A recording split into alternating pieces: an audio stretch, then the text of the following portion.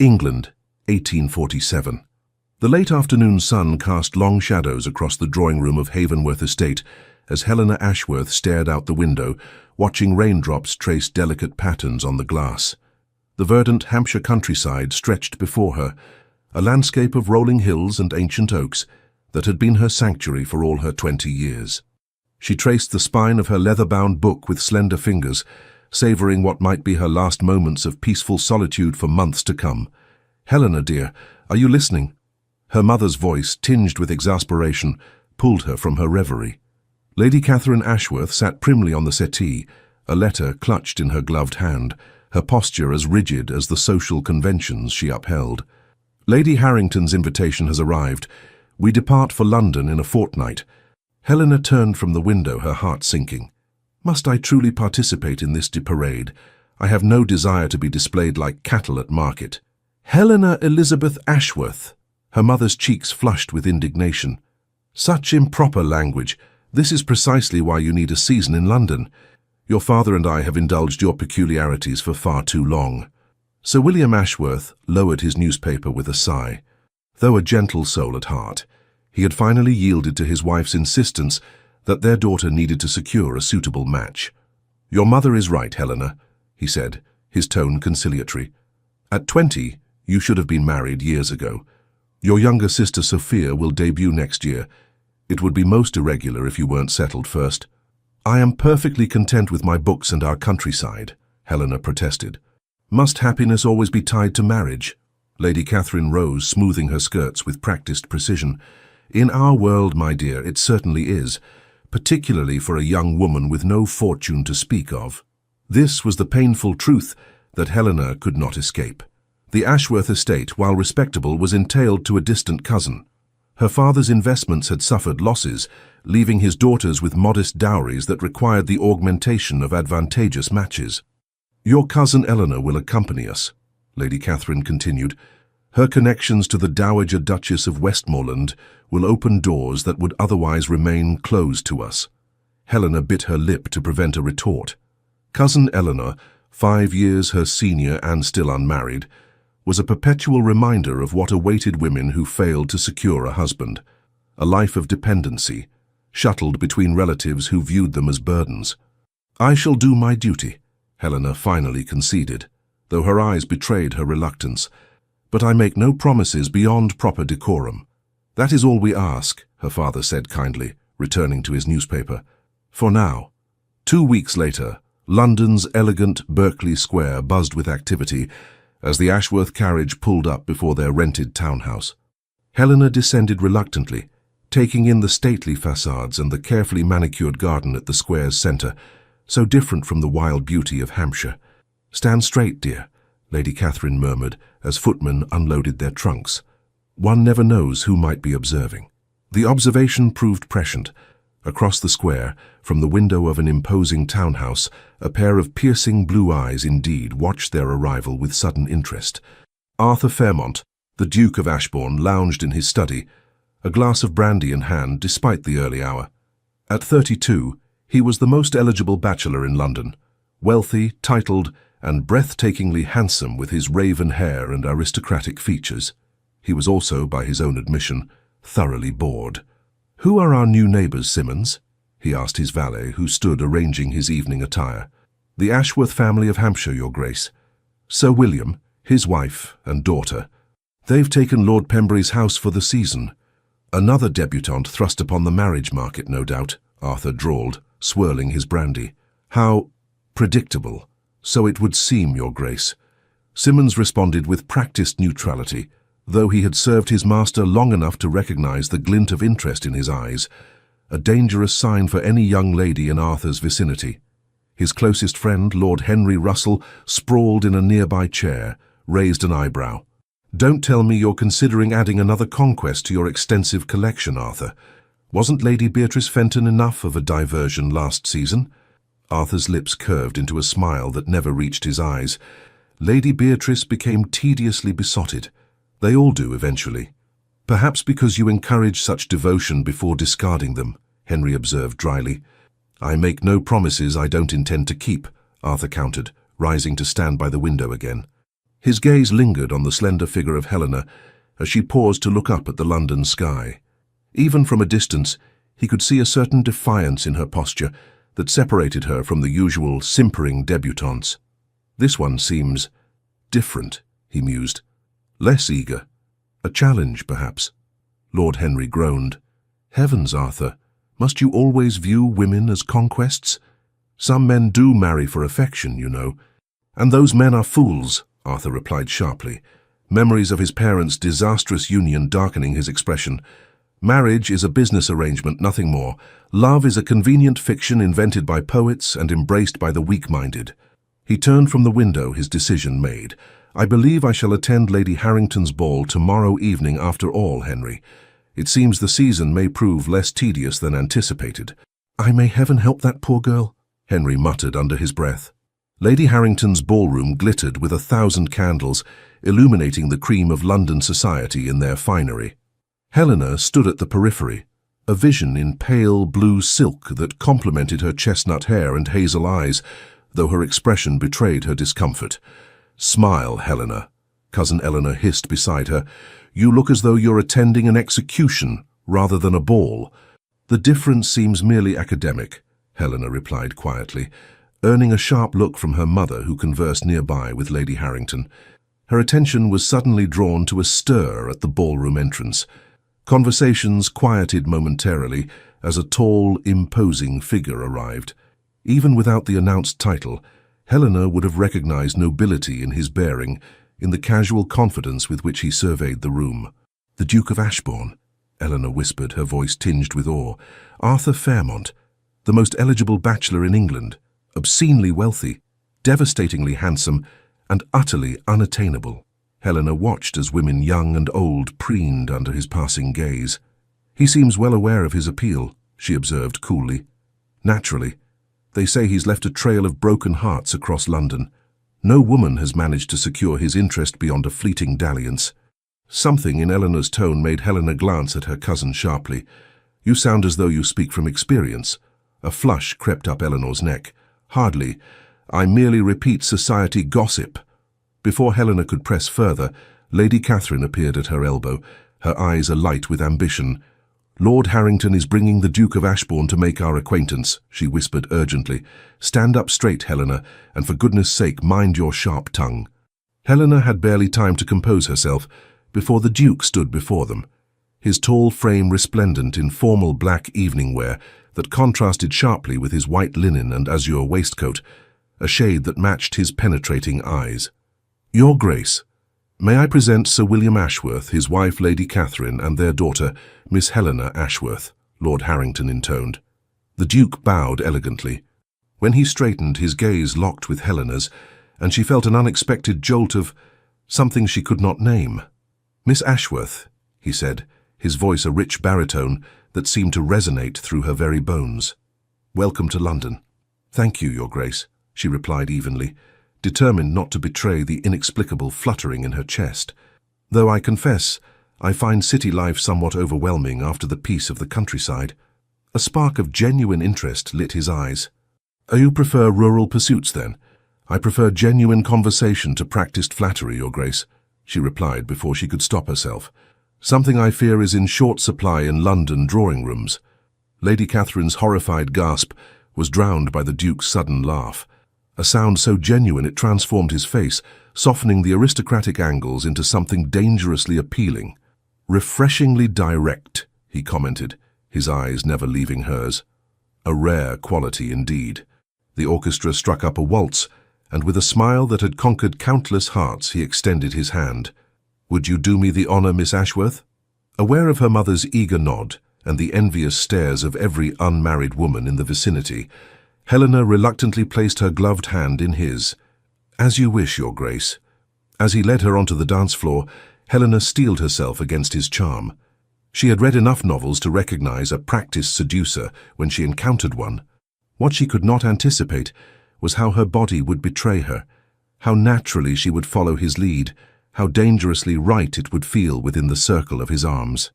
You dance beautifully, he murmured as they whirled amid the other couples. As do most young ladies who have endured countless hours of instruction, she replied. It is hardly a distinguishing talent.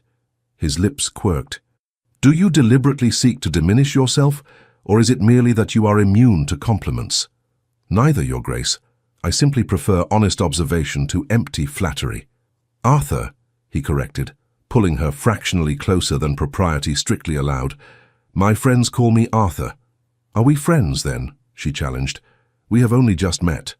His smile deepened, revealing a disarming dimple in his left cheek.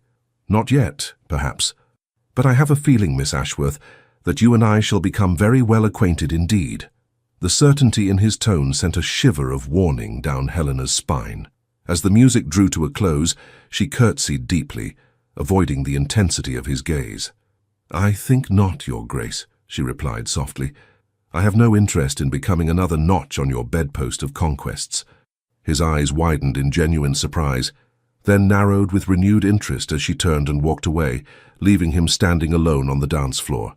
The Duke of Ashbourne watched her retreating figure with a mixture of astonishment and growing determination. The hunt, it seemed, had begun. The following week saw London society ablaze with speculation.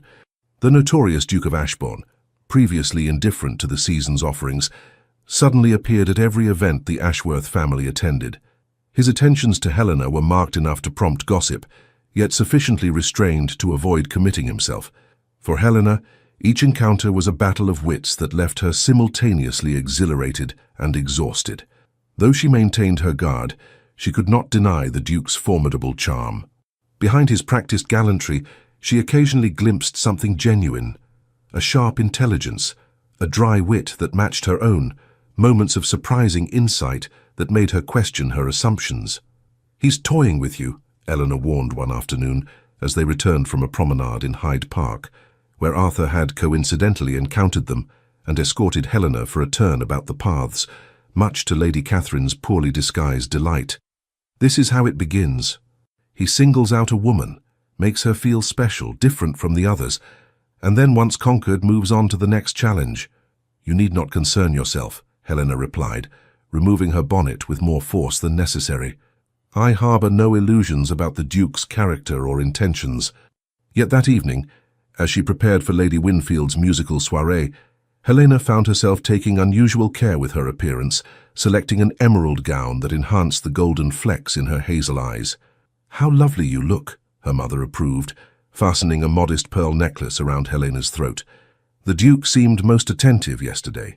Your father has heard whispers that he might be prepared to settle at last. Mother, please, Helena protested. He is merely amusing himself. I am nothing more than a temporary diversion. Lady Catherine patted her cheek. All men need the right woman to tame them, dear, even notorious rakes like the Duke of Ashbourne. The soirée proved to be a tedious affair, with mediocre performances endured with polite enthusiasm. Helena was relieved when the musical portion concluded and guests dispersed for refreshments. She had just secured a quiet corner when a familiar voice addressed her. You appear as thrilled by Miss Livingston's rendition of Mozart as I felt, Arthur observed dryly, materializing beside her with 2 glasses of champagne. He offered one to Helena, who accepted it cautiously. I would never criticize another's artistic efforts, she replied primly. No, but your expression when she missed that high note spoke volumes. His eyes crinkled with genuine amusement. It was precisely the look my piano master wore when I butchered Beethoven as a boy. The image of a young aristocratic Arthur being scolded by a music master made Helena smile despite herself. You play then? Abominably, he admitted. Unlike you, I suspect. Your hands bear the telltale marks of a pianist. He gestured to her long, elegant fingers. Helena was startled by his observation. How perceptive. Though I play merely for my own pleasure, not for audiences. A private performance, then, he suggested, his voice lowering intimately. I should very much like to hear you play. The implication hung between them, and Helena felt warmth creep up her neck. Your Grace. Arthur, he corrected again. Your Grace, she repeated firmly. I must know your intentions. Your reputation precedes you, and I have no desire to become another in your long line of conquests. For a moment, something like genuine regret flickered across his features. Then his practiced charm reasserted itself. My intentions, at present merely to enjoy your company, Miss Ashworth. You are refreshingly unlike the typical London debutante. Because I do not simper and bat my eyelashes at your every word, she challenged. His laugh was startlingly genuine. Precisely. You see me too clearly for comfort, I fear. Before she could respond, they were interrupted by the arrival of Lady Beatrice Fenton, a stunning blonde whose calculating smile did not reach her eyes. Your Grace, she purred, placing a possessive hand on Arthur's arm. How neglectful you've been. I've scarcely seen you this season. Lady Beatrice. Arthur's tone cooled noticeably. May I present Miss Helena Ashworth? Lady Beatrice assessed Helena with a dismissive glance. Charmed, I'm sure. Your Grace, I simply must secure your opinion on the new painting in the gallery. Lord Winfield acquired it directly from Paris. With an apologetic glance at Helena, Arthur allowed himself to be led away. Helena watched them go, noting the intimate way Lady Beatrice leaned into him, the practiced tilt of her head as she gazed up at him. He was hers last season, came a soft voice beside Helena. She turned to find Lady Caroline Hartley, a kind-faced woman several years her senior. Before he tired of her, as he inevitably does. I am not surprised, Helena replied, attempting nonchalance. His reputation speaks for itself. Lady Caroline studied her with unexpected sympathy. Take care with your heart, Miss Ashworth. The Duke is charming, to be sure, but he has left a trail of broken hearts across London. Some say he is simply incapable of love. You need not worry on my account, Helena assured her. My heart is quite securely guarded. Yet as the evening progressed, Helena found her gaze repeatedly drawn to Arthur, who now moved through the room with Lady Beatrice on his arm, stopping to converse with various society matrons. Occasionally, his eyes would find Helena's across the crowded room, and something in his gaze made her breath catch. Later, as the Ashworth carriage carried them home through London's dark streets, Helena silently chastised herself for her foolishness. The Duke was playing a game, one she refused to lose. The Royal Botanical Gardens provided a welcome respite from London's oppressive social calendar. Helena wandered among exotic blooms with her younger sister Sophia, who had arrived in London the previous day with their aunt. So this is the famous Duke you've written about, Sophia whispered, nodding discreetly toward Arthur, who conversed with a group of gentlemen several yards away. He is rather handsome, isn't he? Handsome and well aware of it, Helena replied. Pay him no mind, Sophia. He is precisely the sort of man our mother warned us about. Yet she seems most eager for his attention to you, Sophia observed shrewdly. I overheard her telling Aunt Harriet that there might be a proposal before the season's end. Helena nearly stumbled on the gravel path. Mother is deluding herself. The Duke has no intention of marrying anyone, least of all me. He's looking at you again, Sophia noted with a giggle. Rather intently, I might add. Indeed, Arthur had broken from his companions and was making his way toward them with purposeful strides. Helena's heart betrayed her with an accelerated beat. Miss Ashworth, he greeted, bowing elegantly. And this must be your sister. The resemblance is remarkable. Sophia curtsied, flushing with pleasure at his attention. Your Grace, Helena has told me so much about you. Has she? His eyes danced with amusement as they met Helena's mortified gaze. All flattering, I trust. Honest, at least, Helena replied evenly. He laughed, the sound warming her despite her best defences. Would you ladies permit me to escort you through the orchid house? It's recently been expanded with specimens from India. Helena was about to decline when Sophia enthusiastically accepted. With no graceful way to refuse, Helena found herself walking beside the Duke, with Sophia tactfully dropping several paces behind to admire the flowers. Your sister is charming, Arthur observed, though she lacks your fire. Sophia is sweetness itself, Helena agreed. Far too good for London society. Unlike yourself, he questioned. I make no claims to sweetness, Your Grace. No, he agreed, his voice softening. You are honey laced with gunpowder, sweet but explosive. The unexpected poetry of his description caught Helena off guard. She glanced up to find him studying her, with an intensity that had nothing of the practiced seducer about it. May I sketch you? He asked abruptly. Helena blinked in surprise. I beg your pardon. I'm an amateur artist, he explained. Something about your profile against these exotic blooms. It would make a striking composition. I wasn't aware the Duke of Ashbourne had artistic inclinations, Helena replied cautiously. "There is much about me you are not aware of, Miss Ashworth." His voice carried a hint of challenge. "Perhaps you might allow me to surprise you." Before she could formulate a response, they were interrupted by the arrival of Lord Henry Russell, who approached with a newspaper tucked under his arm. "Ah, Arthur, there you are, ladies." He bowed politely. "I hate to interrupt, but there's a matter requiring your attention." He gestured discreetly to the newspaper. Arthur's expression hardened momentarily. "Of course. Miss Ashworth, Miss Sophia, please excuse me. Duty calls." As he walked away in urgent conversation with Lord Henry, Helena couldn't help but notice the tension in his shoulders, so different from his usual languid grace. "What do you suppose that was about?" Sophia wondered. "I have no idea," Helena replied truthfully, "and it is none of our concern." Yet she found herself wondering what hidden aspects of Arthur Fairmont might lie beneath his carefully constructed facade. The answer came unexpectedly the following afternoon, when Helena accompanied cousin Eleanor to visit a small charity hospital in one of London's less fashionable districts. Eleanor volunteered there weekly, reading to patients and writing letters for those unable to do so themselves. Helena had just finished reading to an elderly woman when she glanced up to see a familiar tall figure emerging from a private ward, deep in conversation with a doctor. She froze in disbelief.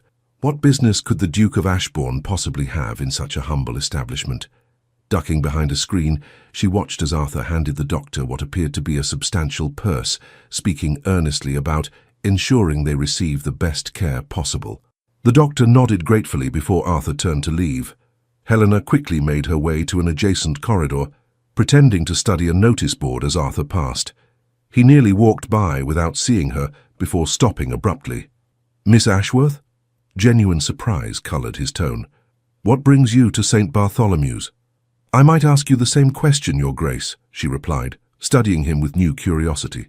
"This seems an unusual haunt for a man of your standing." Something guarded flickered in his eyes. "I have certain responsibilities that occasionally bring me here." "Responsibilities or charitable inclinations?" she pressed. His expression became distant, the warmth she had come to expect notably absent. "You presume much, Miss Ashworth." "Forgive me," she said softly. "I did not mean to pry into private matters." The coldness faded from his gaze. "No, I apologize for my curtness. These visits are personal." Helena nodded, respecting his reticence.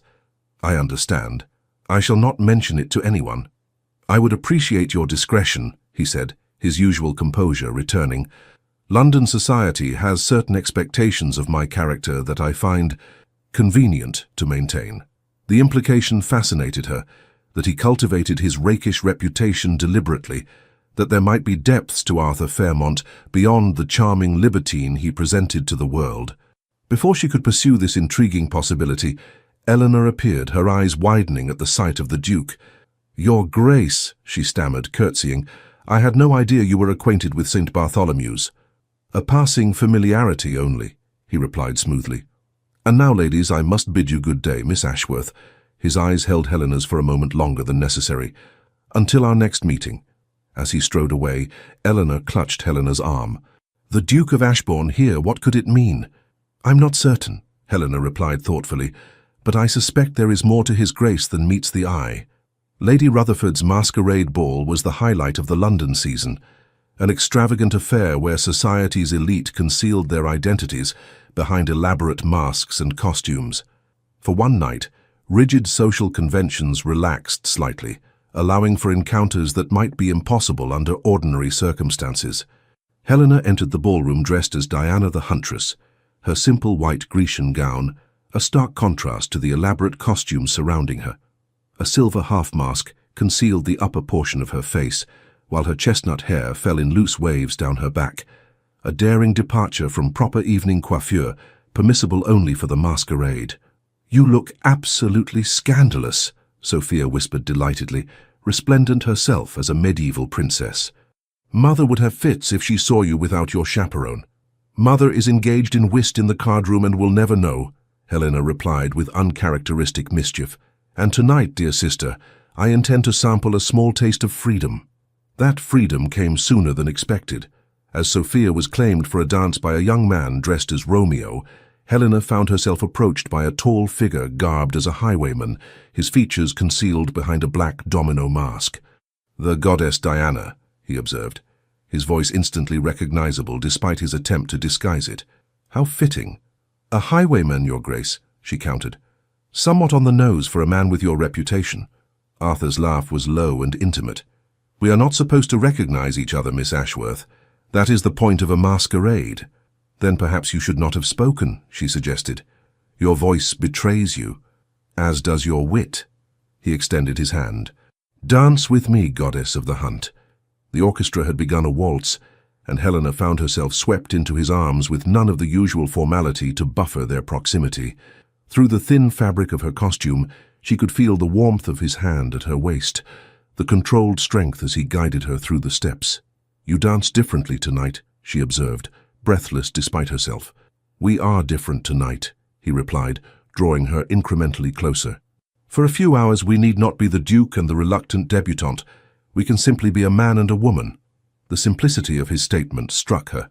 How freeing it would be to set aside the expectations, the constraints of their respective positions, to discover what might exist between them without society's watchful eyes. And what would that man say to that woman, she dared to ask, if titles and reputations were stripped away? His steps slowed as the music built toward its crescendo. He would tell her that she has bewitched him, utterly and completely, that he thinks of her constantly, dreams of her nightly, that she has awakened something in him he believed long dead. The raw honesty in his voice stunned her. This was not the practiced seduction she had come to expect, but something far more dangerous, something that threatened the careful barriers she had constructed against him. And would this man expect the woman to believe such declarations? She whispered. When his history suggests a facility with pretty words meant only to deceive, pain flashed across the visible portion of his face. No, he would expect her skepticism. He has earned it. But he would ask for the chance to prove himself. The music ended, leaving them standing closer than propriety allowed, even at a masquerade. Around them, dancers prepared for the next set, but Helena found herself unable to move, captivated by the intensity radiating from him. "Come with me," he said suddenly, taking her hand. "Just for a moment." Common sense warred with curiosity. The latter won. Helena allowed him to lead her through the French doors onto a secluded terrace, dimly lit by paper lanterns and sheltered from view by potted palms. "We shouldn't be here alone," she said, though she made no move to leave. "No," he agreed, removing his mask. In the soft light, his face appeared younger, vulnerable in a way she had never witnessed. "But I needed to see you, the real you, without disguises between us." Helena hesitated, then slowly removed her own mask. "What is it you wish to say, Your Grace, that requires such privacy?" "Arthur," he corrected gently. "Tonight, of all nights, I would hear my name from your lips." "Arthur," she conceded, the intimacy of his Christian name sending an unexpected thrill through her. He stepped closer, close enough that she could detect the subtle scent of his cologne, the warmth emanating from his body. "Helena," he said, her name a caress. "From the moment we met, you have challenged me, confounded me, seen through the carefully constructed facade I present to the world. You are unlike any woman I have ever known." "Pretty words," she murmured, though her heart raced traitorously. "Not pretty. True." He reached up to tuck a stray curl behind her ear, his fingers lingering against her cheek. "I began pursuing you as a game, I confess it, another conquest for my vanity. But somewhere along the way, the hunter became the hunted. She should step away. She should remind him of his reputation, of Lady Beatrice and countless others. She should protect her heart. She did none of these things." "What are you saying?" she asked instead, her voice scarcely audible. "I am saying that I find myself in the unprecedented position of genuinely caring for a woman. It is most inconvenient," he added with a shadow of his usual sardonic humor. "For a man who prides himself on avoiding attachments, I imagine it must be," she replied, fighting to maintain her composure. "Terrifying, in fact," he admitted with startling candor. "I have spent my adult life avoiding precisely this vulnerability." Before she could respond, he cupped her face in his hands, his touch gentle yet electric. "May I kiss you, Helena Ashworth?" 1,000 reasons to refuse clamored in her mind. One overwhelming desire silenced them all. "Yes," she breathed. His lips met hers with exquisite tenderness, a kiss unlike any she had imagined in her innocent dreams. It was reverent, questioning, the kiss of a man uncertain of his welcome, not the practiced seduction of a notorious rake. When he drew back, the wonder in his eyes mirrored her own tumultuous emotions. For one suspended moment, Helena believed in the possibility of transformation, in the idea that even the most hardened heart could change. Then reality intruded in the form of approaching voices. They stepped apart hastily, donning their masks as other guests spilled onto the terrace. "I should return," Helena whispered. "My absence will be noticed." Arthur nodded, though reluctance was evident in every line of his body. "This conversation is not finished, Helena." "No," she agreed, her lips still tingling from his kiss. "I suppose it is not." As she slipped back into the ballroom, Helena knew with bone-deep certainty that something fundamental had shifted between them, and that the game they played had become infinitely more dangerous. The following week brought relentless rain to London, matching Helena's turbulent emotions. Since the masquerade, Arthur had been conspicuously absent from society events, his withdrawal as noticeable as his previous attention had been. "Perhaps he's finally grown bored," Eleanor suggested, as they arranged flowers in the drawing room. Men like the Duke are creatures of impulse. Once the challenge fades, so does their interest. Helena concentrated on trimming rose stems, unwilling to reveal how deeply Eleanor's casual assessment wounded her. Had their moment on the terrace meant nothing? Had she imagined the sincerity in his eyes, in his touch? "It matters not," she replied with forced nonchalance. "I have received an invitation to Lady Westmoreland's country house party next week. Mother believes Sir Edward Bancroft will be in attendance." "Ah," Eleanor nodded approvingly. "A most suitable match. Perhaps not as exciting as a duke, but Sir Edward is steady, respectable, and his estate borders your father's lands. Very convenient." The description, though accurate, filled Helena with inexplicable melancholy. Steady, respectable, convenient. Was that truly all she could hope for? A commotion in the hallway interrupted her thoughts. Moments later, the butler appeared with a silver tray bearing an elegant envelope. "A message for Miss Ashworth," he announced, "delivered by the Duke of Ashbourne's personal footman." Helena's fingers trembled slightly as she accepted the envelope, ignoring Eleanor's significant look. She broke the ducal seal and unfolded the single sheet within. "Miss Ashworth, I write to offer my most sincere apologies for my abrupt disappearance. Urgent business called me to my estate in Derbyshire, a matter involving tenants affected by the recent storms. I would be honoured if you would permit me to escort you on a drive through Hyde Park tomorrow at 2 o'clock, weather permitting. There are matters of importance I wish to discuss. Your servant, Ashbourne." "Well?" Eleanor prompted when Helena remained silent. "His Grace wishes to take me driving tomorrow," Helena replied, carefully refolding the note. "And will you accept?" Eleanor's tone was carefully neutral, though her expression betrayed concern. Helena hesitated. Common sense dictated refusal. Her heart argued otherwise. "Yes," she decided. "I believe I shall." The following afternoon brought unexpected sunshine, the rain-washed park gleaming with renewed vibrancy as Arthur's open curricle bowled along the fashionable drives of Hyde Park. Helena sat beside him, acutely aware of the attention they attracted from other pleasure-seekers. "You've caused quite a stir with your absence," she observed, nodding to acquaintances they passed. "Lady Rutherford was most disappointed by your failure to appear at her musicale." "I doubt my presence was truly missed," he replied, expertly handling the pair of matched greys. "London society is easily distracted by the next scandal or on dit." "Then you underestimate your impact, Your Grace." "Arthur," he corrected, glancing at her with unexpected earnestness. "After what passed between us at the masquerade, I would hope we might dispense with formalities, at least in private." The reference to their kiss brought heat to Helena's cheeks. "Is that why you requested this drive? To discuss what happened at Lady Rutherford's?" "Partly," he admitted, guiding the horses toward a less crowded path. "Though I confess, I have found myself uncharacteristically tongue-tied now that you are actually here beside me."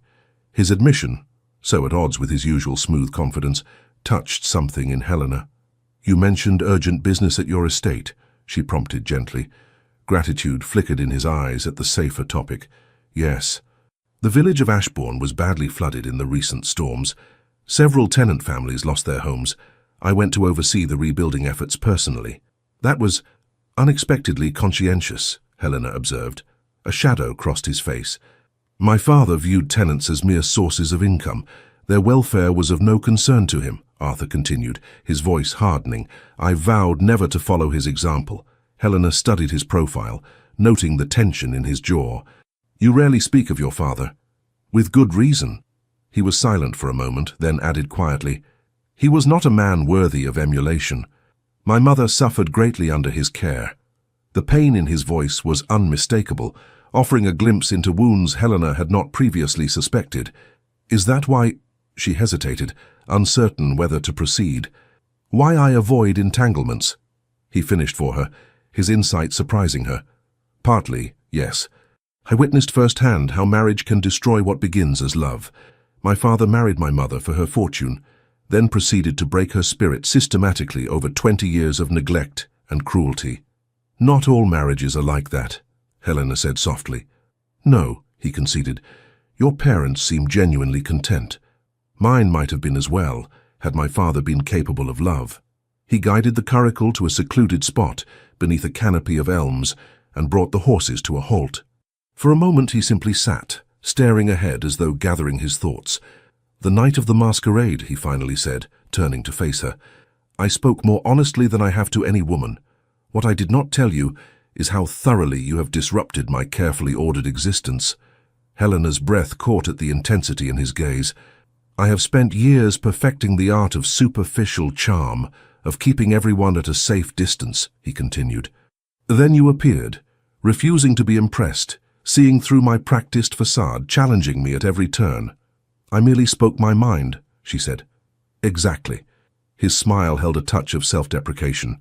No simpering, no strategic flattery, just honest reactions that made me want to discover the real woman behind those remarkable hazel eyes.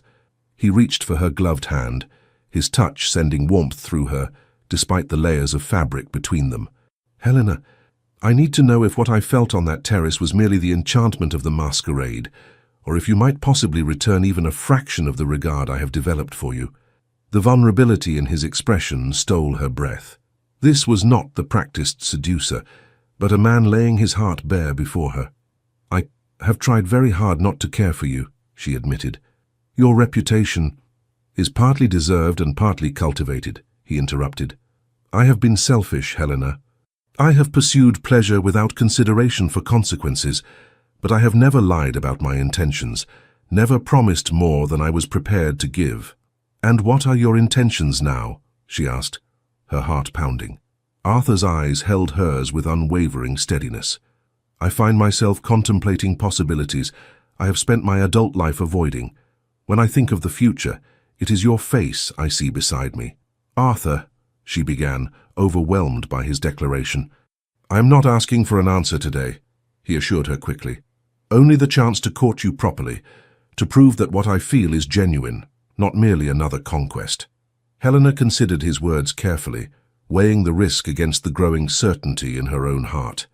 I would be amenable to that, she finally said. The relief that washed over his features was palpable. He raised her hand to his lips, pressing a kiss to her knuckles. Thank you, he said simply. As they resumed their drive, conversation flowing more easily between them, Helena felt herself daring to hope. Perhaps the notorious Duke of Ashbourne was indeed capable of transformation, and perhaps she was the woman to inspire it. Society watched with avid interest as the Duke's attentions to Miss Ashworth continued in the weeks that followed. Where once he had scattered his charm indiscriminately, he now focused solely on Helena, escorting her to exhibitions, securing the seat beside hers at dinners, bringing her thoughtfully selected books that spoke to her interests. Lady Catherine was beside herself with delight, already envisioning her daughter as a duchess. Sir William remained cautiously optimistic, though he quietly arranged inquiries into the Duke's financial affairs and character.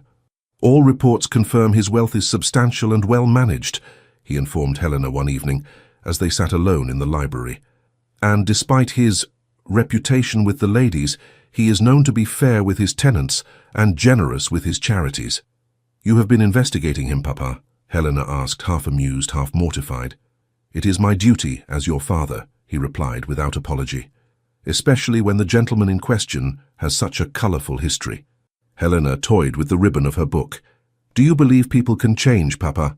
Sir William considered the question thoughtfully. "I believe they can, under the right circumstances. The question is whether such change can be sustained when the initial inspiration fades." His words lingered in Helena's mind days later as she prepared for Lady Westmoreland's country house party. The invitation had been extended to include Arthur as well, a clear indication of society's acceptance of their courtship. "I still don't trust him," Eleanor confided as they packed their trunks. "Men like the Duke do not simply transform overnight. Be careful, Helena. The higher your expectations rise, the farther you have to fall." "Your concern is noted," Helena replied, unwilling to reveal her own lingering doubts. "But I believe Arthur deserves the opportunity to prove himself." The Westmoreland estate, Briarwood Hall, was a stately Tudor manor set amid magnificent gardens and ancient woodlands. Helena found herself assigned a charming bedchamber overlooking the rose garden, while Arthur and the other gentlemen were housed in a separate wing. "Miss Ashworth," Lady Westmoreland greeted her warmly at dinner the first evening, "we have placed you beside Sir Edward Bancroft. I believe your estates are neighbours in Hampshire." Helena glanced at the seating arrangement with dismay, noting that Arthur had been positioned at the opposite end of the table beside Lady Beatrice Fenton, whose arrival that afternoon had been unexpected. "Lady Westmoreland is quite the matchmaker," Sir Edward remarked as he held her chair. A pleasant-faced gentleman of perhaps 35, he had kind eyes and impeccable manners, though I fear her efforts may be wasted, given the Duke's apparent interest. "You are very understanding, Sir Edward," Helena replied gratefully. "Not at all. I've known Arthur since our Oxford days," he confided. "He was always the dashing one, while I was content with my books. But I will say this, I have never seen him look at any woman the way he looks at you." Helena's gaze drifted down the table to where Arthur sat, his expression carefully neutral as Lady Beatrice leaned close, whispering something in his ear. As though sensing her attention, he looked up, his eyes finding hers with such naked longing that she felt her breath catch. "Yes," Sir Edward murmured, noting the exchange, "exactly like that." The evening progressed pleasantly enough, though Helena found herself repeatedly distracted by the sight of Arthur and Lady Beatrice in seemingly intimate conversation. When the ladies withdrew to the drawing-room, leaving the gentlemen to their port, Lady Beatrice made a point of settling beside Helena on a small settee. "The Duke seems in fine spirits tonight," she observed, her smile not reaching her eyes. "It reminds me of how attentive he was during our association last season." Helena maintained her composure with effort. "His Grace is unfailingly courteous to all." "Oh, it was considerably more than courtesy, I assure you," Lady Beatrice replied with deliberate emphasis. "Arthur can be quite passionate when properly inspired." The familiar use of his Christian name was clearly calculated to wound. Helena refused to give her the satisfaction of a reaction. "How fortunate that you have such pleasant memories to sustain you," she replied evenly. Lady Beatrice's eyes narrowed. "You are naive if you believe you've changed him, Miss Ashworth. Arthur Fairmont pursues what challenges him, conquers it and moves on. It is his nature." "Perhaps you mistake familiarity for insight, Lady Beatrice," Helena countered softly. "People are seldom as simple as we wish to believe." Before Lady Beatrice could respond, the gentleman rejoined them, Arthur making his way directly to Helena's side. "Would you honour me with a song, Miss Ashworth?" he asked, gesturing toward the pianoforte. "Sir Edward tells me you play beautifully." Grateful for the escape, Helena allowed him to lead her to the instrument. As she settled on the bench, he leaned close, ostensibly to arrange her music. "I apologize for Lady Westmoreland's seating arrangements," he murmured. "I suspect Lady Beatrice had a hand in them." "It is of no consequence," Helena replied, though his acknowledgment soothed her unspoken concerns. "Your equanimity is admirable, but unnecessary," he said with a wry smile. "I observed your conversation with her just now. Whatever she said, please know that my past is precisely that. Past." The simple sincerity in his eyes steadied her. Helena began to play, a delicate Mozart sonata that filled the drawing-room with crystalline notes. When she concluded, Arthur's applause led the others. his expression one of genuine appreciation rather than mere politeness. The remainder of the evening passed pleasantly, with card games and conversation keeping the party entertained until the ladies retired. As Helena ascended the grand staircase, a small folded note was pressed into her hand by a passing footman. In the privacy of her chamber, she unfolded it to find Arthur's bold handwriting.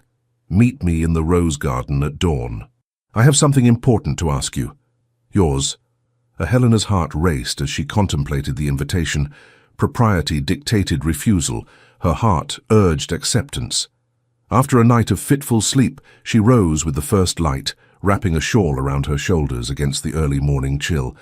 The rose garden was silent, save for birdsong, the blooms heavy with dew as Helena made her way along the gravel paths.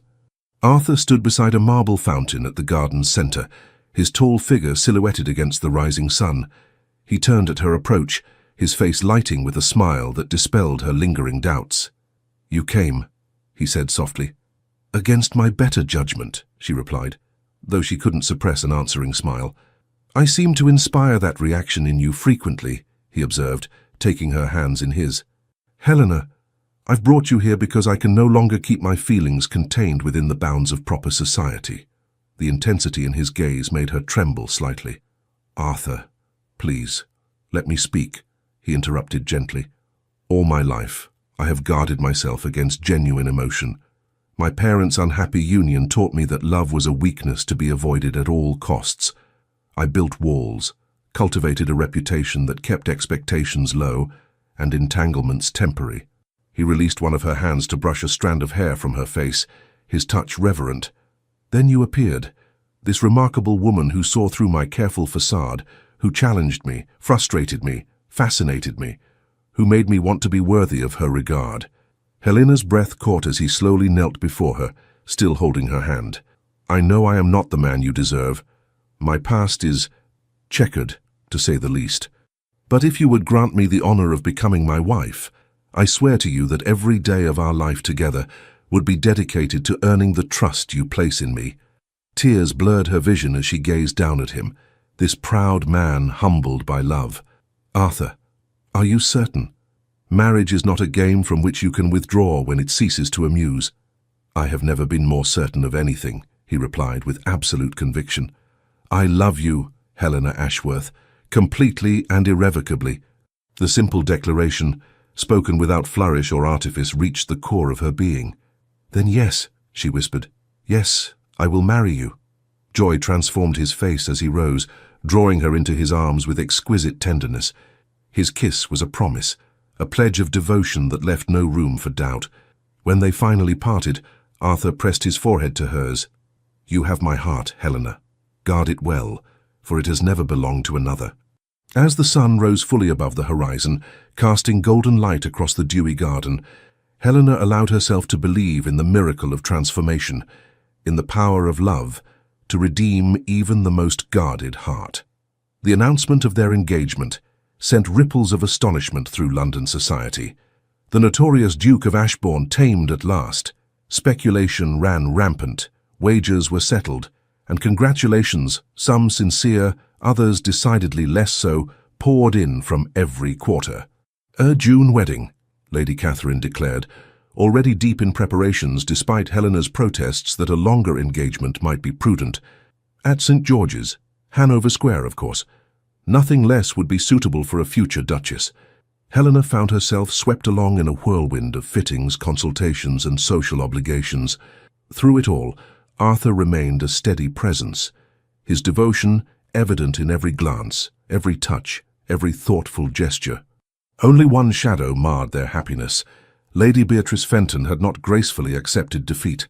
At every opportunity she appeared at Arthur's side, reminiscing about shared experiences, touching his arm with familiar intimacy, creating precisely the impression of ongoing attachment that would wound Helena most deeply. "Ignore her," Lord Henry advised Helena during a garden party at Richmond. She did the same with Arthur's previous interests. The woman cannot bear to be supplanted. "Previous interests," Helena repeated, the phrase landing like a stone in her stomach. "There have been many, I suppose." Lord Henry winced, realizing his misstep. "Forgive me, Miss Ashworth. I spoke without thinking."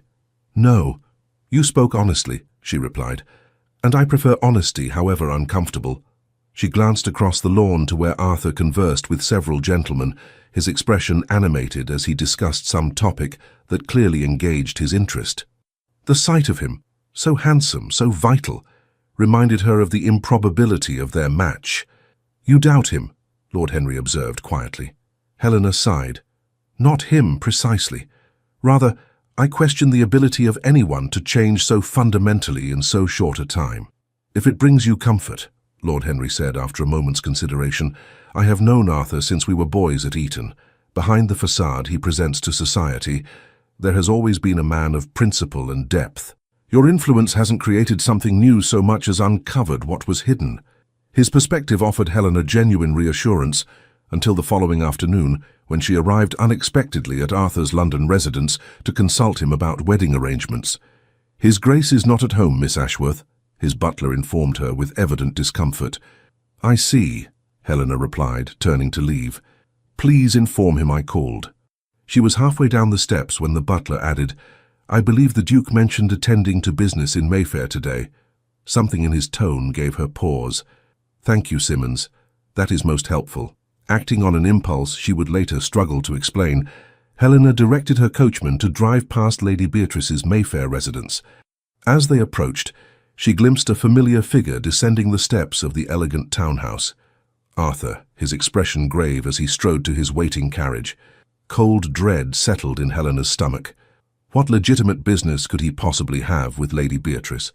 The most obvious explanation was the one she had feared since their engagement, that Arthur's transformation was temporary, his rakish nature merely dormant, not reformed. She returned home in turmoil, oscillating between trust and suspicion, faith and doubt.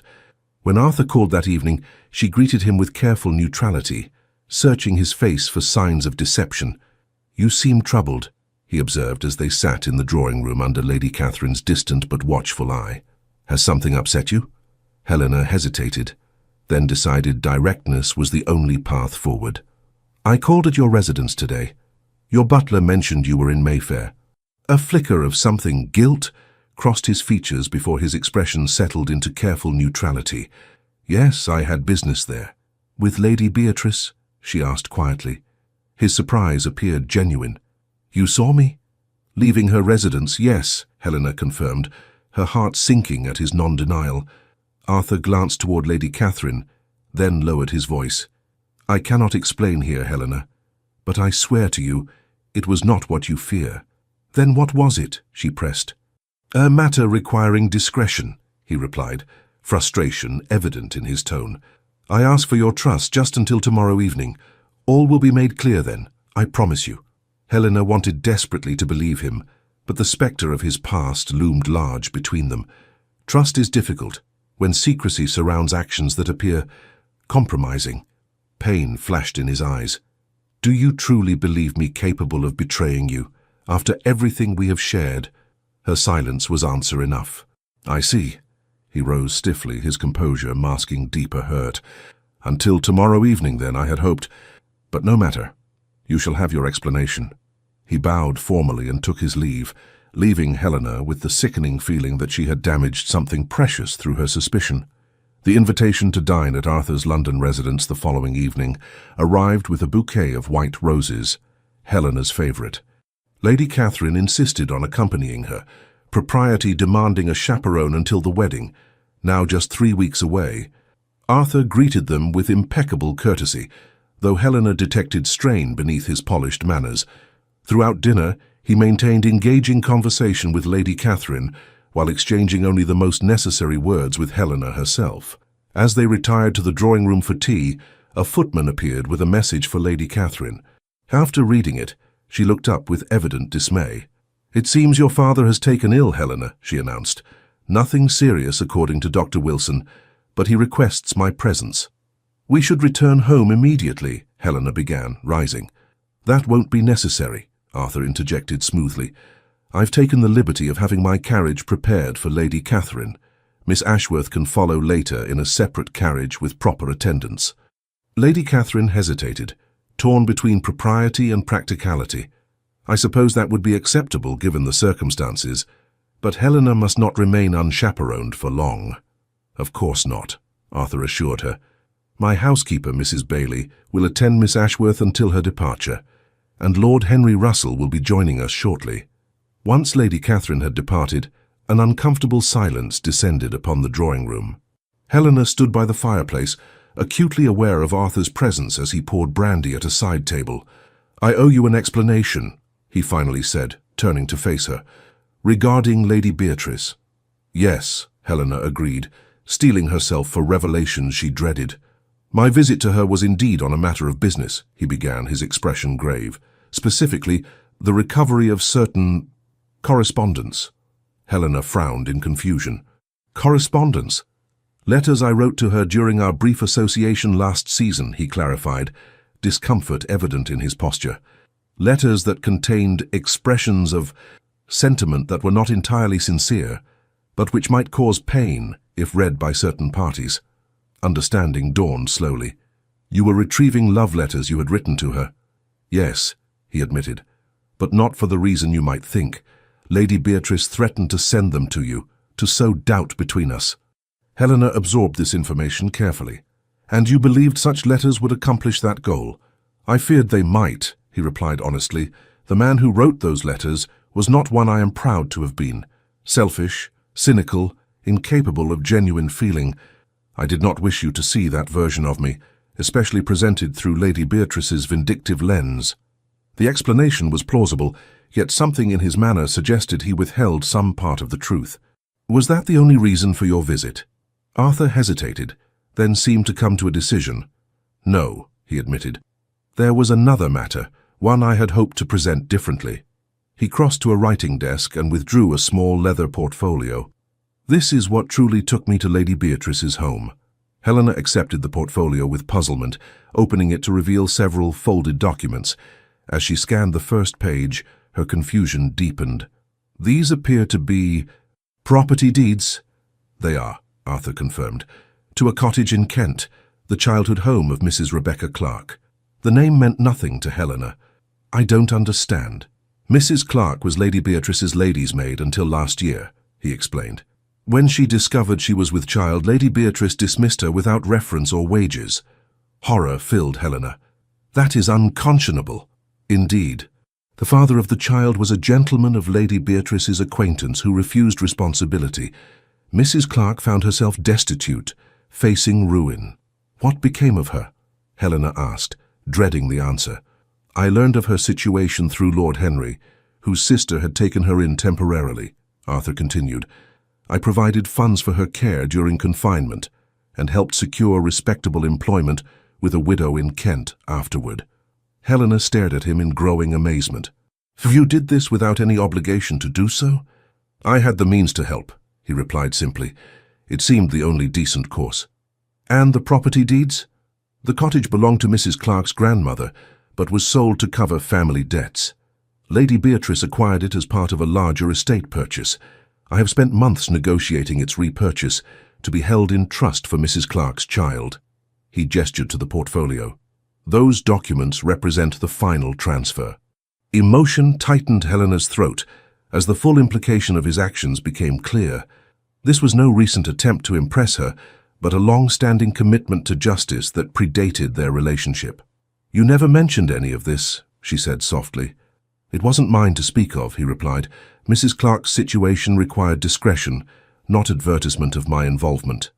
Helena set the portfolio aside carefully, her heart full. I misjudged you terribly. No? Arthur countered, moving closer. You judged me based on the reputation I cultivated. I cannot fault you for that. Yet you have been proving that reputation false from the beginning, she realized. The hospital visits, your care for your tenants, this kindness to Mrs. Clark, these are not the actions of the man society believes you to be. Perhaps not, he agreed. But they are the actions of the man I wish to become, the man you inspire me to be. He took her hands gently in his. Helena, when I asked you to marry me, I did so with full understanding of my flaws and failings. I have been selfish, thoughtless, even cruel at times. I cannot erase that past, but I can promise you a future built on honesty, fidelity, and the deepest love a man is capable of feeling. Tears blurred her vision as she gazed up at him. "I believe you," she whispered. "With all my heart, I believe you." Arthur drew her into his arms, his embrace conveying what words could not: gratitude, relief, and boundless devotion. When their lips met, it was a reunion, a renewal of trust that transcended the doubts that had briefly separated them. A discreet cough from the doorway announced the arrival of Lord Henry, who took in the scene with poorly disguised satisfaction. "I see explanations have been made and accepted," he observed. "Thank heavens. I was growing quite weary of Arthur's melancholy." Helena laughed, wiping away happy tears. "You knew about Mrs. Clark all along." "Of course," Lord Henry replied. "Who do you think has been helping him secure those property deeds? Arthur may be reformed, my dear Miss Ashworth, but he still requires occasional guidance in matters of discretion." As the evening concluded with warm conversation and genuine camaraderie, Helena felt the last of her reservations dissolve. The man she would marry in 3 short weeks was indeed a work in progress, but his transformation was neither superficial nor temporary.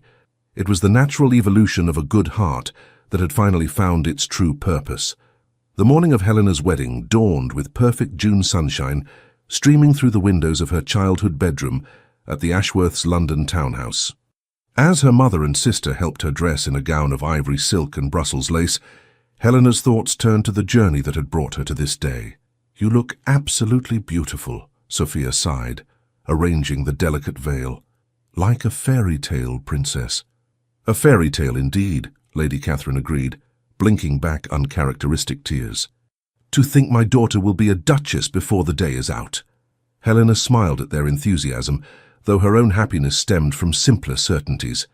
Arthur's unwavering devotion, proven not through grand gestures, but through daily kindnesses and consistent honesty in the weeks since their reconciliation. "There is one final touch," Lady Catherine said, opening a velvet box to reveal a pearl and diamond tiara. "This belonged to your grandmother.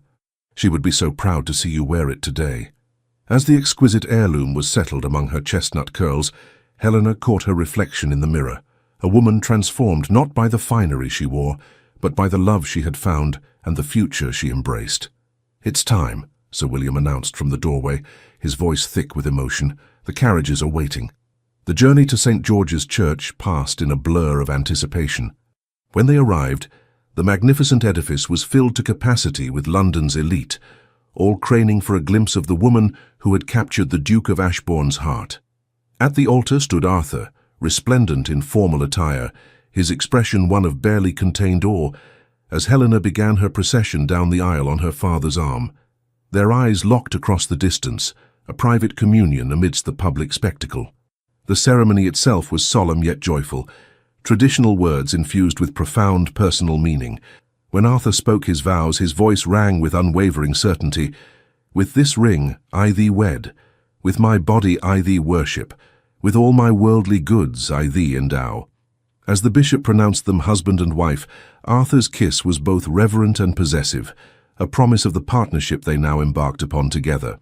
The wedding breakfast at Ashbourne House was a lavish affair, the Duke's London residence transformed by flowers and music into a celebration worthy of a fairy tale. Yet, amid the splendor, it was the simple, human moments that Helena would remember most clearly: her father's emotional toast, Sophia's delighted laughter as she danced with Lord Henry, the quiet pride in Eleanor's eyes as she wished her cousin happiness. And throughout it all, Arthur's constant presence at her side, his hand seeking hers beneath the table, his gaze returning to her face with wonder, as though he could scarcely believe his good fortune. "Happy, Your Grace," he murmured, during a rare moment of relative privacy. "Perfectly so, Your Grace," Helena replied, savouring the new form of address, "though I confess I find myself eager for the festivities to conclude." A slow smile spread across his face. "As do I, my love, as do I." Their wedding journey took them first to Arthur's ancestral seat, Ashbourne Court in Derbyshire, a magnificent estate surrounded by rolling parkland and ancient woodlands. As their carriage approached along the elm-lined drive, Helena gasped at her first sight of the Palladian mansion glowing golden in the evening light. "Welcome home, Duchess," Arthur said softly, his eyes warm with pride and something deeper, the satisfaction of finally sharing his world with the woman he loved. The staff had assembled to greet their new mistress, led by the dignified housekeeper Mrs. Wilson, who had served the Fairmont family for 3 decades. Their genuine affection for Arthur touched Helena deeply, further evidence of the man behind the carefully crafted public persona. "They already adore you," Arthur observed later, as they dined privately in the small family dining room rather than the formal stateroom. "As does the entire village, if the flowers and well-wishes are any indication." "I've done nothing to earn such regard," Helena demurred. "You've made me happy," he replied simply. "For people who have known me since boyhood, that seems miracle enough." Their days at Ashbourne settled into a rhythm of quiet intimacy, punctuated by introductions to local gentry and explorations of the estate. Arthur proved an attentive guide, sharing childhood memories and future plans with equal enthusiasm. "I thought perhaps we might convert the East Wing into a school for tenants' children," he suggested one afternoon as they walked through underused portions of the great house. "With proper education, they might aspire beyond the limitations of their birth." "A wonderful idea," Helena agreed warmly, "and the old steward's cottage could serve as a clinic." Dr. Miller mentioned the difficulty many families face traveling to the village when illness strikes. Arthur regarded her with undisguised admiration. "You have taken to the role of Duchess with remarkable ease." "I've had an excellent teacher," she replied, squeezing his hand. "Your compassion for those in your care provides a template I am proud to follow." Their nights were a revelation of a different kind, a passionate education in the physical expression of love that left Helena breathless with discovery. Arthur proved as generous and attentive in the marriage bed as in all other aspects of their life together, his experience channeled entirely toward her pleasure. "I never imagined such happiness possible," he confessed one night, cradling her against his chest as moonlight spilled across their bed. "For so long I believed myself incapable of true connection, damaged beyond repair by my parents' example." Helena pressed a kiss to his shoulder. "We are not doomed to repeat the patterns of those who came before us. We choose our own path." "You chose for both of us," he replied softly. "Had you not seen beyond the facade I presented, had you not challenged me at every turn?" "You give me too much credit," she demurred. "The capacity for love was always within you, Arthur. It merely needed the right circumstances to flourish." He gathered her closer, his voice dropping to a whisper. "You are the miracle I never thought to find, Helena Fairmont, the compass by which I will navigate the rest of my days." From Derbyshire, they journeyed to the Lake District, staying at a private cottage on the shores of Windermere. Here, away from the demands of society and duty, they discovered each other anew, hiking across fells, sailing on the lake, reading poetry aloud beside a crackling fire as summer rain pattered against the windows. It was during these idyllic weeks that Helena began to sense a subtle shift in her own body, a new sensitivity, a gentle fatigue in the afternoons, a peculiar aversion to the kippers that had previously been a breakfast favorite.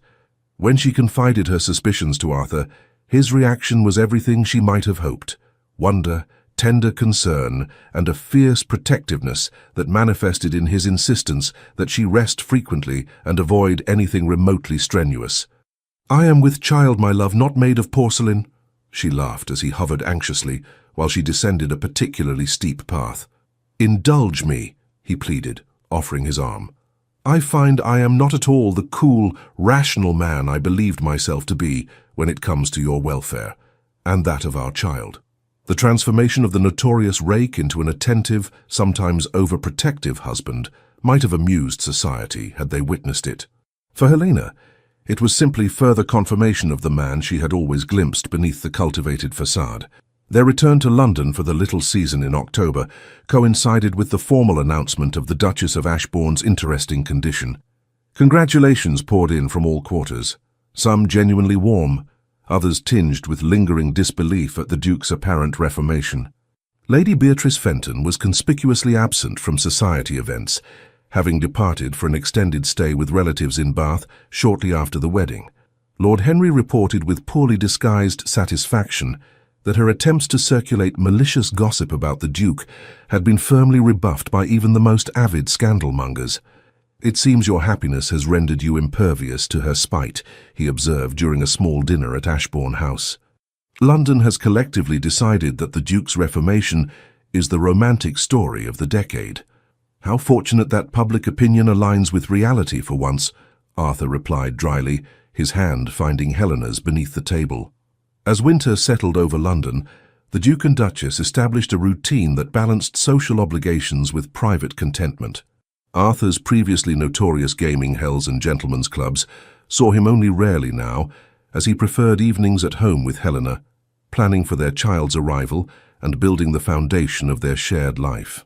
"I received a letter from Mrs. Clark today," Helena mentioned one evening as they sat before the fire in their private sitting room.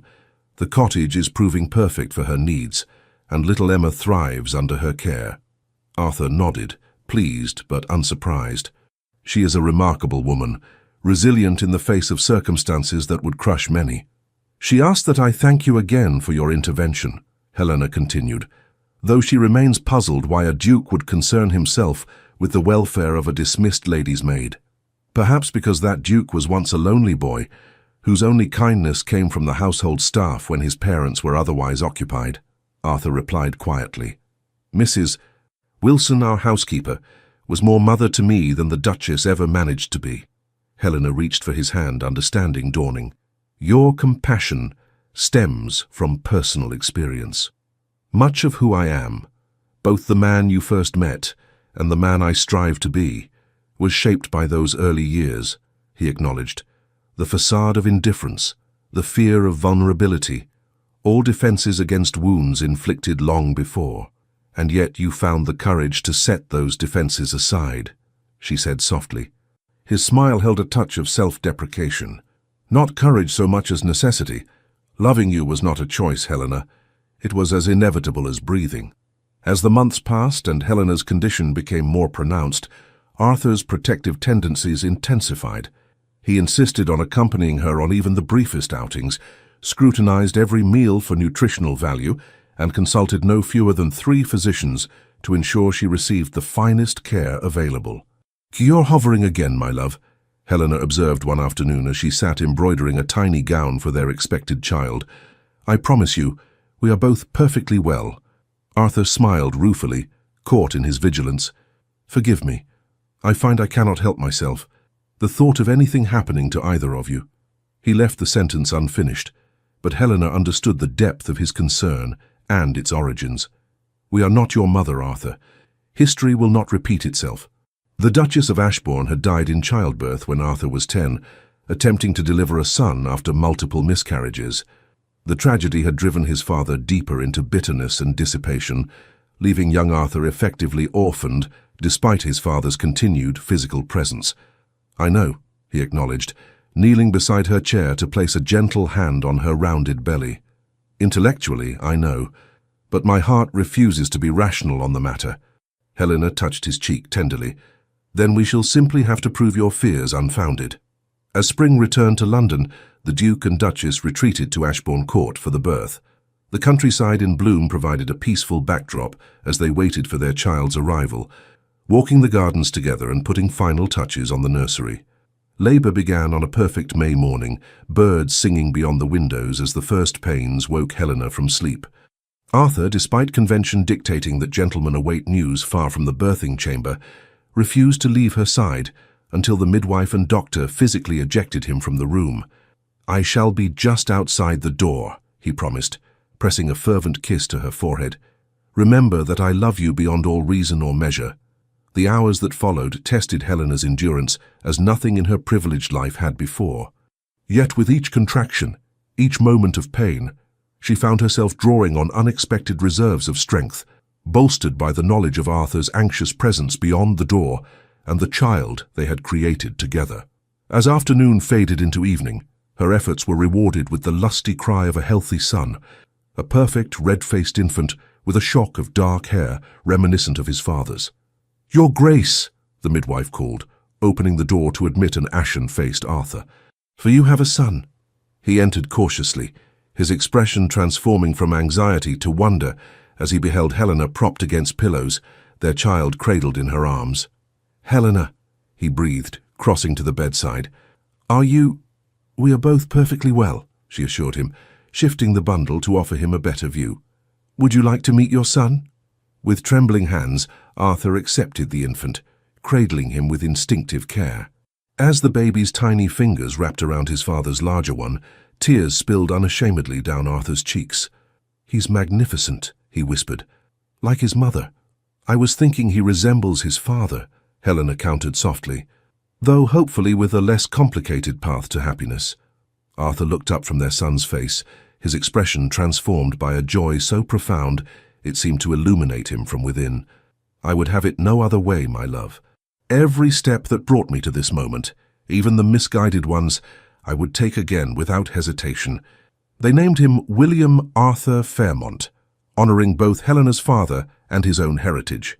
The christening at the village church near Ashbourne Court was a joyous occasion, with Lord Henry standing as godfather and Sophia as godmother.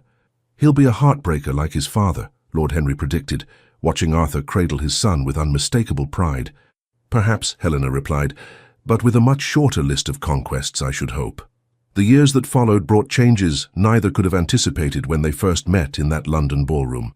William was joined by a sister, Charlotte Elizabeth, 18 months later, followed by twins Edward and Emma in their 3rd year of marriage. Arthur proved as devoted a father as he was a husband, eschewing the distant parenting of his aristocratic peers for a hands-on approach that scandalized some and inspired others.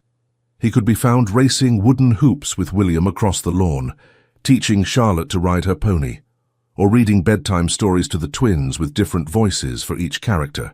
Helena blossomed in her role as Duchess, establishing schools for tenants' children on all the Ashbourne estates, advocating for improved conditions in workhouses, and hosting literary salons that became the talk of London. Her intelligence and compassion, once hidden behind the expectations of a debutante, now found full expression in the life she and Arthur built together. The Duke's transformation from notorious rake to devoted family man eventually faded from society's fascination, replaced by newer scandals and intrigues. Yet occasionally, when the Fairmonts attended a ball or state dinner, newcomers to London would express disbelief that this attentive husband was the same legendary seducer of seasons past. "It seems your reformation continues to astonish," Helena teased one evening as they returned home from such an event, comfortably settled in their carriage. Arthur's smile in the lamplight was reflective. "Not a reformation so much as a revelation," he corrected, taking her hand in his. "You didn't change me, Helena. You simply gave me the courage to be the man I was always capable of becoming." "Semantics," she replied fondly. "Perhaps," he conceded, "though I prefer to think of it as destiny. All those years of emptiness were merely preparation for recognizing you when you appeared." Helena leaned into his embrace, considering how differently their story might have unfolded had she not challenged him that first night, had she accepted the facade without seeking the truth beneath it. "When my family sent me to London to find a husband," she mused, "I never imagined the most dangerous game would lead to the greatest happiness. Life often delivers its most precious gifts disguised as its greatest challenges," Arthur replied, brushing a kiss against her temple. "Though in my case, the gift was far more than I deserved." "Love is never about deserving," Helena countered, turning to meet his gaze. "It's about recognizing, accepting and cherishing what we are fortunate enough to find." As their carriage turned into the courtyard of Ashbourne House, where 4 sleeping children awaited their return, Arthur's eyes held the same wonder that had illuminated them on their wedding day, and at the birth of each child, a man still marveling at the journey that had brought him from isolation to connection, from emptiness to fulfillment. "10 years ago," he said softly, "if someone had described this life to me, this happiness, I would have dismissed it as impossible fantasy." "And now?" Helena prompted, though she knew the answer. His smile held all the love and certainty that had grown between them, nurtured by trust, tested by challenges, and strengthened by shared joy. "Now I know it to be the only reality worth living, a truth more precious than any I could have imagined when you first walked into that ballroom and changed everything."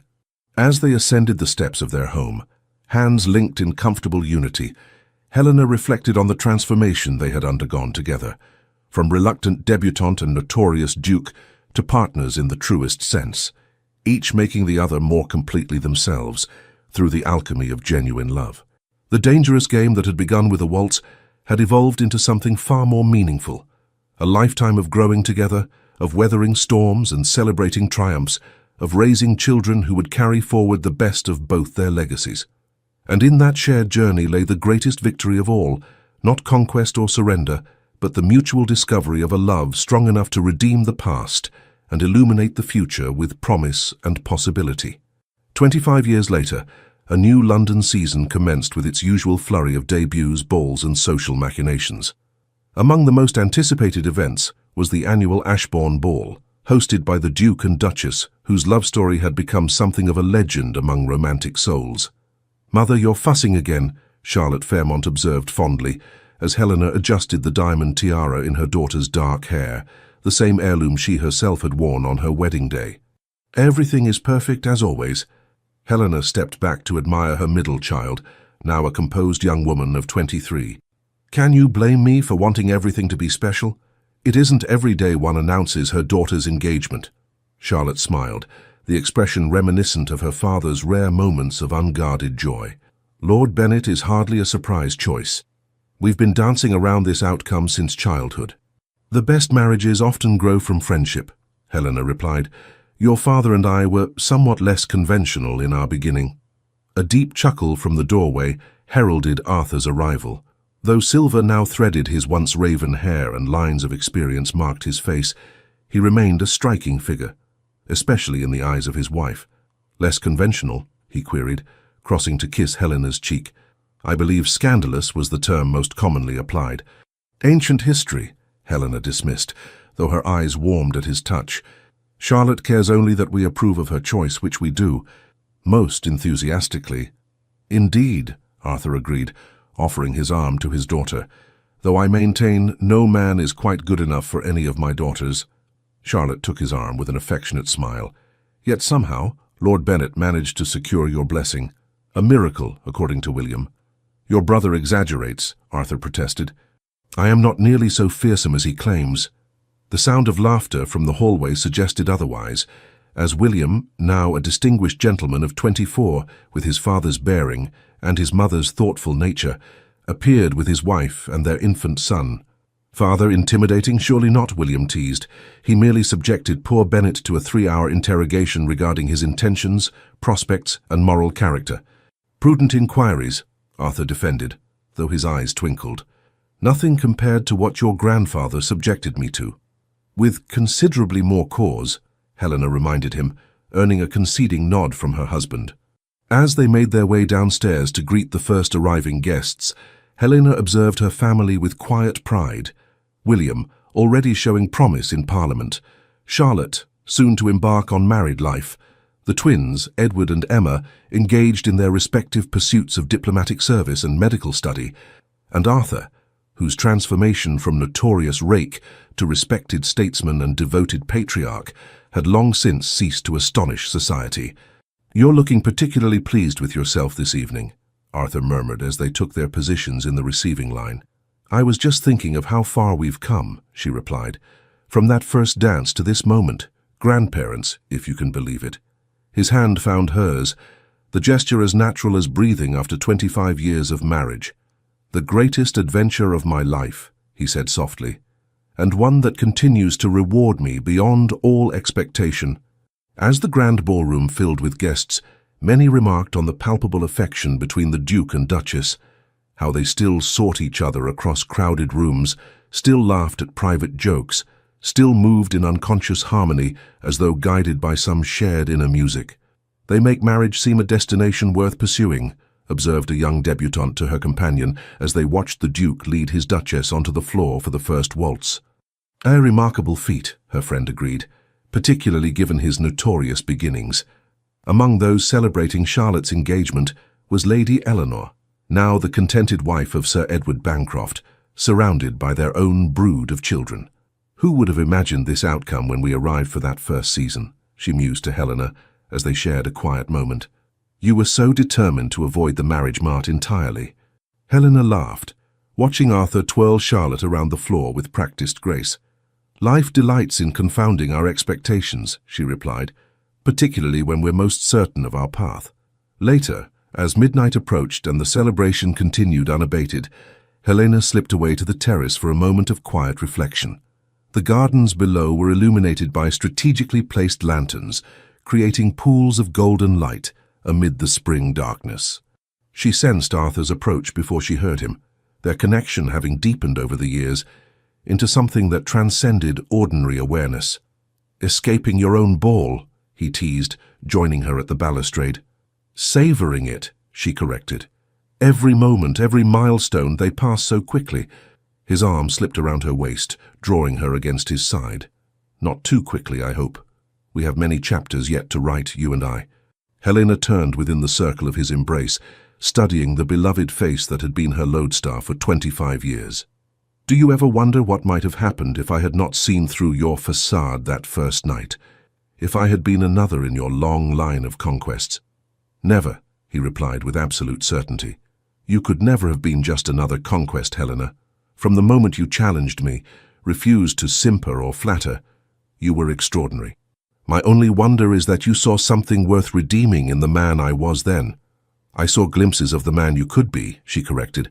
"The man you became, not through my influence, but through your own courage to change." He shook his head, smiling at their old fond disagreement. "We shall never settle this debate, it seems." "Perhaps not," she conceded. "But I believe we can agree on one thing." "And what is that, my Duchess?" he asked, his voice softening with the endearment.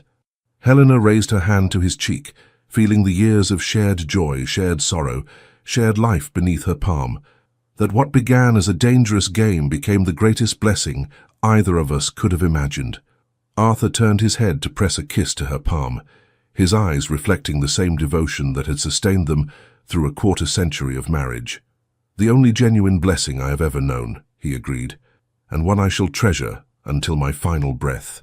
As they returned to the ballroom, rejoining the celebration of new beginnings against the backdrop of their own enduring love, Helena reflected on the journey that had brought them to this moment.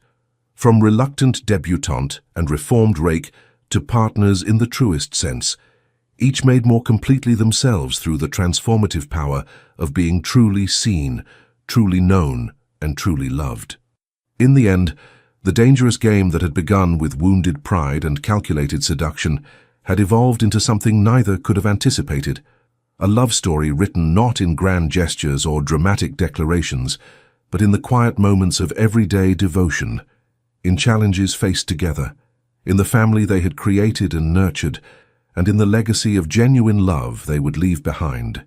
A legacy that continued to grow with each passing season, each new generation, each heart touched by the enduring truth that even the most guarded soul could be transformed by the courage to love and be loved in return.